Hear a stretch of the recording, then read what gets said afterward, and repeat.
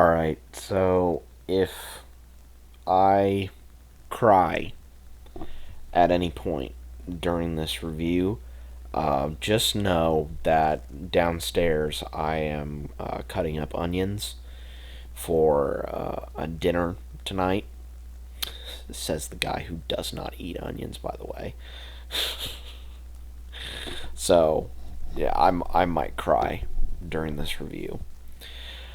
Hey guys, what's going on? It's Daniel Strunk from QuickTime Reactions, and it is Monday. I hope you guys enjoyed my Ghost Protocol review that went up on the channel earlier today, but we are going to talk about Last of Us, Season 2, Episode 6, entitled The Price.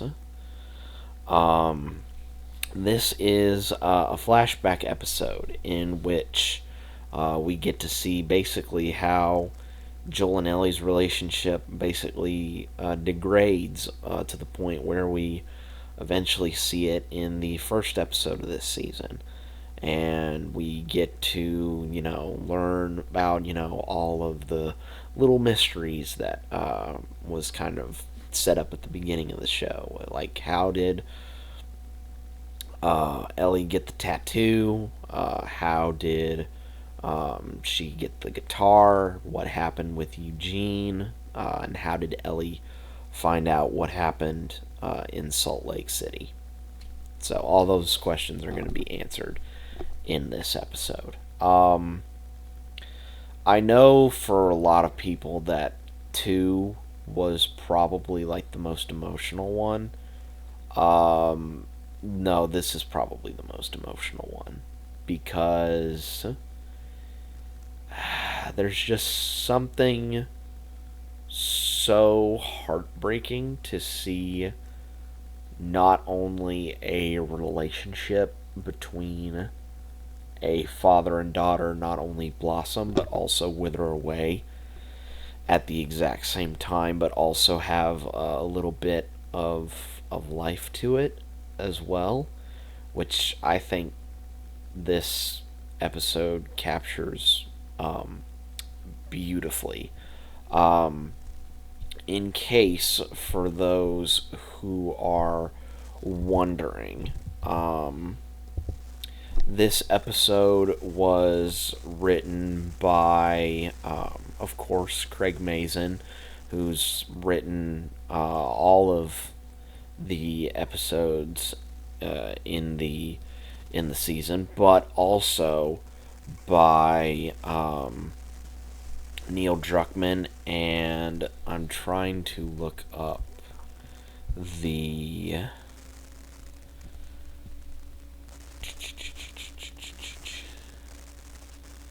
Haley Gross. There we go. So this episode written by Craig Mazin, Druckmann, and Haley Gross, and Druckmann was the one actually who directed this episode, which I could not have picked a better person to have directed this episode, because this episode probably has 2 of the most iconic moments from the second game in this episode. And I love the way that this episode is structured. First, we see a flashback to Joel and Tommy's childhood, where they have an abusive father, who, the father for Joel and Tommy, is actually played by the same actor who plays Jacques Duquesne in the MCU, who we just saw in Daredevil Born Again. So I thought that was pretty cool. And I love that scene at the beginning, which kind of like sets up the kind of the thesis for the episode, in which, fathers are only, they're only doing what, they've seen and learned from their fathers. And, Joel's dad tells him, like, if there ever comes a time when you have one of your own, I just hope that you're better than me. And so we flash forward to Ellie's 15th and their relationship is like really good. Um, and Joel makes Ellie an amazing guitar with like one of her moth emblems on the neck, which I thought was really awesome. And he does play, um, oh, why am I? Future Days by Pearl Jam. There we go. I was like, don't know why I'm blanking on the song, but I remembered it. He plays Future Days, which it doesn't make a lot of sense because the song came out in 2013 and this is like 2003, but whatever. It's an amazing song either way. Um, and Pedro does a really good job making the cover of his song his own in this. I thought he did a really good job. We flash forward ahead a year to Ellie's 16th, and it's the one where they go to the museum. She climbs up on the T-Rex outside, and they go inside of the Apollo 15 capsule, and Joel gives her the tape of the Apollo 11 launch, and we see it play out exactly how it is in the game, and that was the first time that I got really emotional in this episode. And I love on the way back that Ellie stops and she looks to her left and she sees a whole bunch of fireflies, kind of reigniting the spark in her mind of like, did Joel actually tell the truth about what happened in Salt Lake? We flash forward ahead another year to Ellie's 17th. Joel got home early from patrol, going to surprise her, but Ellie had a girl over, who gave her her tattoo. And of course, Joel isn't having any of that. But there's still like love whenever the scene comes around where Ellie is trying to move all of her stuff into the garage. Like they still like genuinely care for each other. Like he still like follows up like, can I see your tattoo, and just like how's everything going, so on and so forth. And it's like he still cares about her even though they're kind of like growing further apart as the time goes on. We then flash forward 2 years to Ellie's 19th. And this is the birthday in which she gets to go out on patrol for the first time. Now, granted, they're on the easiest, the safest trail. But they do get a call in that Eugene and Adam had been hit by some infected. And when they get to Eugene's location, they realize that, yes, he has been bitten. And Joel is ready to just shoot Eugene on sight. But Ellie does, I believe it is the Fedra test to see if like the person who is infected still has their wits about them.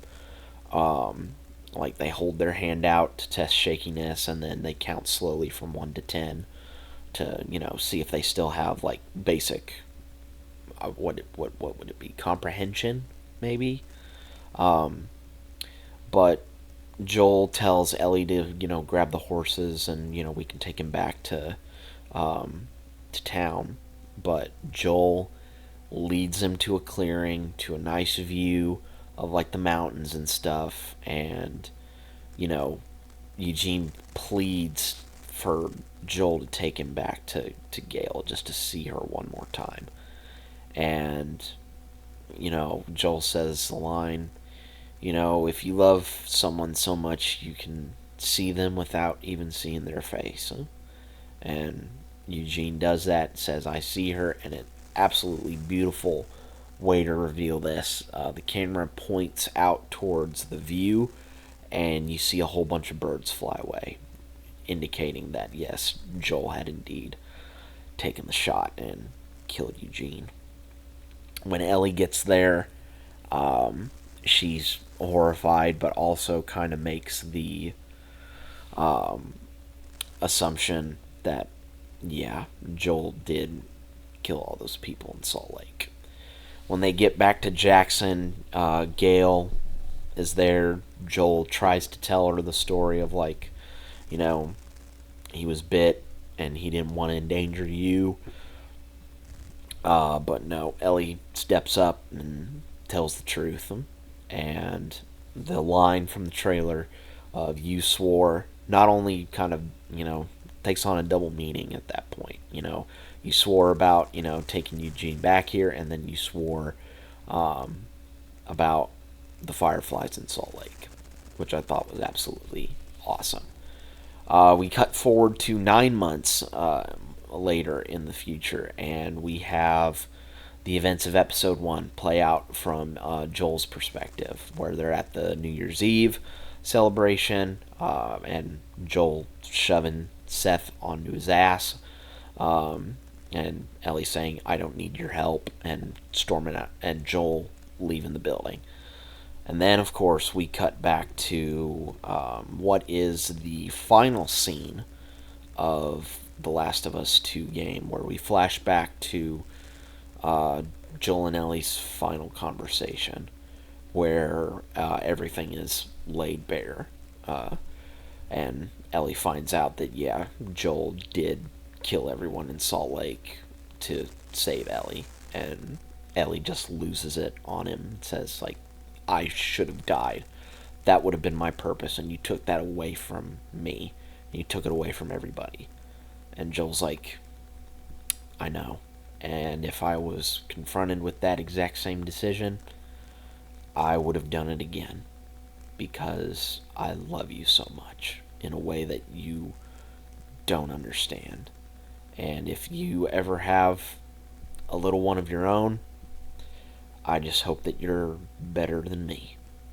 And, of course, the game ends on the line that Ellie says, that, "I don't know if I'll ever forgive you for this, but I would like to try." That's where the game ends, but not where this episode ends. The episode ends with Ellie getting out of the hospital, where she presumably beat Nora to death with that pipe, and makes her way back to the theater, where probably Jesse, Tommy, and Dina are all at. But yeah, this episode was emotional as ever. Again, props to Druckmann,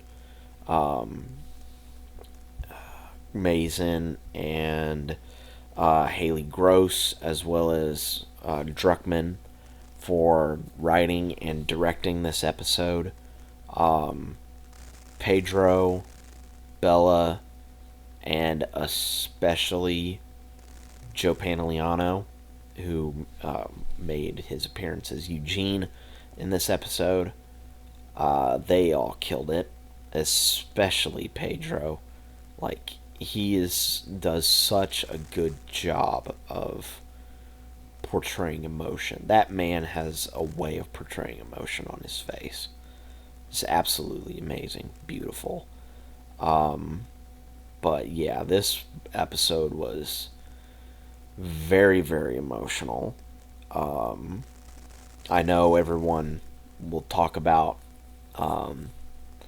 the ending of 2 probably being the most emotional thing, but no, this is probably the most emotional episode out of the whole bunch. And it kind of goes against, I know people are going to say, well, this episode was only good because Joel was back in it. No. Bella Ramsey also held her own against Pedro as well. Like, she also did an amazing job. And I'm very excited, but also a bit sad that the next week's episode is the last one in this season. They're already confirmed for season 3, which will be very interesting to see, what kind of happens in the finale and what, they're going to lead into for season 3. But, yeah, this episode was emotional, gut-wrenching, and absolutely incredible.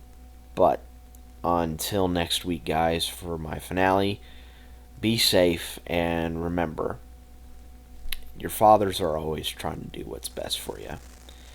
Even if you don't think so, they are out there trying to do what's best for you. And I'll see you next time.